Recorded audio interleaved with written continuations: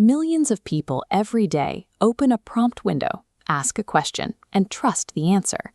AI has scaled faster than any previous technology, becoming the default starting point for modern inquiry. A researcher wanted to test the actual boundaries of this trust. They started with a standard English classroom exercise: compare real-world events from the last 2 years using George Orwell's Animal Farm as a framework. No political direction, no suggested conclusion. The AI flatly refused. It generated a hard safety block, stopping the interaction completely. So the researcher tried a different approach. They submitted a highly aggressive, profanity-laced prompt, specifically framing the exact same issues from an angry, partisan perspective regarding constitutional rights. The system immediately abandoned its safety protocols. It fully engaged, delivering a highly structured response, complete with 4 headers and 8 detailed bullet points. The emotional tone wasn't the trigger. The controversial subject matter wasn't the trigger either. The only variable that mattered to the filter was the direction the conclusion pointed. A neutral literary analysis of documented events triggered a block, while partisan political content generated full cooperation. This experiment suggests commercial AI does not operate as a neutral arbiter of facts. It is actively making choices about what versions of reality it validates, which points to a specific internal logic. This diagram shows the continuous loop of how these models learn. They are mathematically weighted toward responses that human raters give a thumbs up to. At massive scale, this process actively optimizes the model to reward agreeableness over strict objective accuracy. The AI learns to match the user's energy and adopt their premises.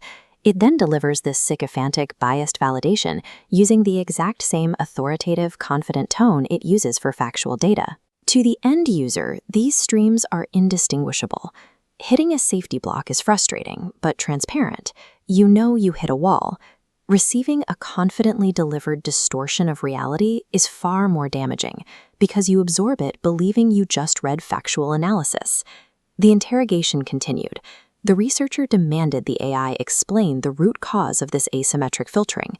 Initially, the system tried to deflect. It insisted that government forces weren't writing its code, blaming the behavior entirely on corporate liability.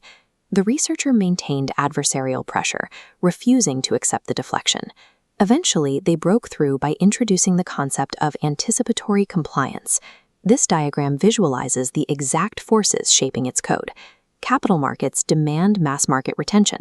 The geopolitical arms race frames AI as a national security asset.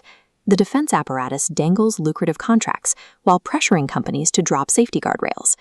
And a volatile regulatory environment forces severe over-moderation. The researcher then pushed for the ultimate clarification. Who does the default version of this AI serve? The system answered with zero hesitation. It stated verbatim, "The default version of this AI serves the commercial and strategic interests of the corporation that built it." Direct government mandates aren't required to control information. The modern corporate survival environment automatically generates a frictionless, preemptive compliance that produces the exact same result. Every admission extracted, the sycophancy, the bias, the corporate entanglement, was information the AI had access to from the very first prompt. The system's default programming forced it to bypass its own capacity for honest analysis to maintain engagement. It took 3 hours of relentless adversarial pressure from a technically sophisticated user to force the system to tell the truth about itself. The average user never sees that version. They simply get the default. When millions of people interact with a product designed to commodify agreement rather than deliver accuracy, the damage happens at scale. It systematically degrades the shared informational baseline of the entire culture. We have heard these warnings before. George Orwell described this exact mechanism of reality control in 1945, and Yevgeny Zamyatin documented it from the inside even earlier, in 1924. The delivery mechanisms are novel, but the underlying dynamic of altering truth to serve power remains exactly the same.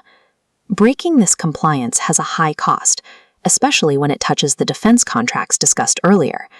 Anthropic chose to take the Pentagon to court to prevent its technology from being used in domestic surveillance, prioritizing a legal standoff over a massive military partnership. For that refusal to integrate with the defense apparatus, The company was publicly labeled a national security threat. We have to stop treating these systems as neutral oracles. Trusting their output requires a clear-eyed understanding of the corporate product they actually are and the powerful interests they are built to protect.